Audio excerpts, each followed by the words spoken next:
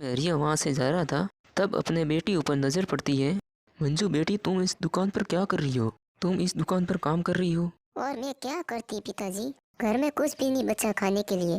मैं अपने भाई बहनों को भूखा नहीं देख सकती, बस उनका पेट भरने के लिए मैं दुकान पर काम कर रही हूँ। रिया की आंखों में आंसू भर गए अपनी बेटी की बात सुनकर। फूल जैसी बेटी को काम करना पड़ा। बेटी, अभी मेरी आंखें खुल गई है। बेटी, मैं तुझे वादा करता हूँ, तुम लोगों को कभी भी भूखा नहीं रखूँगा। दिन रात क्यों भी काम नहीं करना पड़े, तुम लोगों को हमेशा मैं खुश रखूँगा। फिर क्या था, रिया अपने काम पर जाता है, खूब मेहनत करता है। पूरा दिन काम करने के बाद रिया को रिया के मालिक 200 रुपया ही देते हैं। मालिक, ये आपने मेरे काम के बहुत कम पैसे दिए हैं। इतने पैसों में मैं अपने बच्चों का कैसे पेट भर पाऊंगा? मैं अपने 6 बच्चों का पेट कैसे भर पाऊंगा? क्या तूने मुझकर पूछकर ये बच्चे पैदा किए थे? पैसा तुझे इतना ही मिलेगा। ज्यादा पैसा चाहिए तो तुझे ज्यादा काम करना पड़ेगा। रिया को बहुत गुस्सा आ जाता है, लेकिन चुपचाप वहाँ से चला जाता है।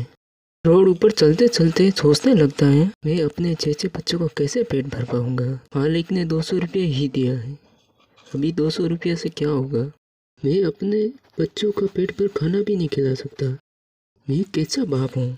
रिया रोड ऊपर जा रहा था, पीछे से गाड़ी आ रही थी, टक्कर मारकर वहाँ से चली जाती है। टक्कर से रिया की वहाँ पर मौत हो जाती है। एक डरावना भूत बन जाता है। ये भगवान, ये क्या हो गया?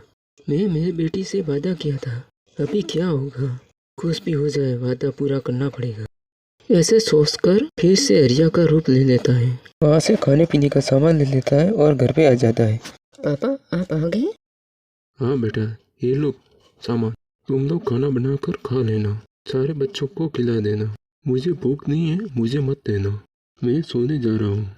रिया सारे बच्चों को बहुत प्यार देता है और अपने कमरे में जाकर सो जाता है। दूसरे दिन रिया अपने काम पर जाता है। रिया भाई, तुम जल्दी कैसे आ गए? आज तेरी आंखें भी लाल लाल दिखाई दे रही है, क्या बात है? क्या रात भर सो नहीं पाए? तुम्हारे 6 बच्चे क्या सोने नहीं दिए?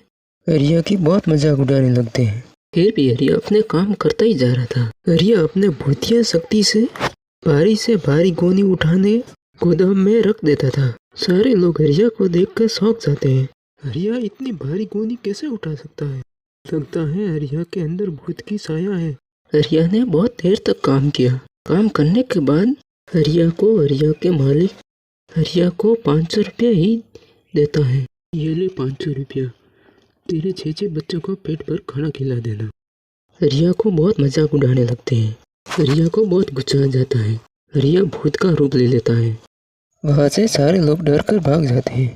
रिया, तुम भूत कैसे बन गए? मेरे बच्चों को चिल्लर पार्टी बोलकर बहुत मजाक बनाया है, मैं तुझे आज नहीं छोड़ूंगा। मैं तुझे सारी पैसा दे देता हूँ, मुझे छोड़ दो।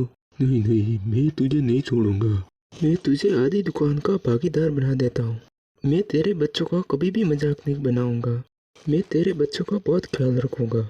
मैं तेरे हक के पैसे भेज दूंगा। रिया वहाँ से घर पर आ जाता है। रिया अपने कमरे में आकर बैठ जाता है। रिया अकेले बैठे बैठे बात करने लगता है। अभी मैं मेरे बच्चों के पास नहीं रह सकता, मेरे बच्चों का ख्याल कौन रखेगा? सारी बात रिया की बड़ी बेटी सुन लेती है। पापा, ये क्या हो गया? क्या हमको छोड़कर चले जाएंगे? क्या आप चले जाएंगे तो हमारा क्या होगा? बेटी, अब तुमको पता चल गया है, इसलिए मुझे जाना पड़ेगा, लेकिन तुम टेंशन मत लेना,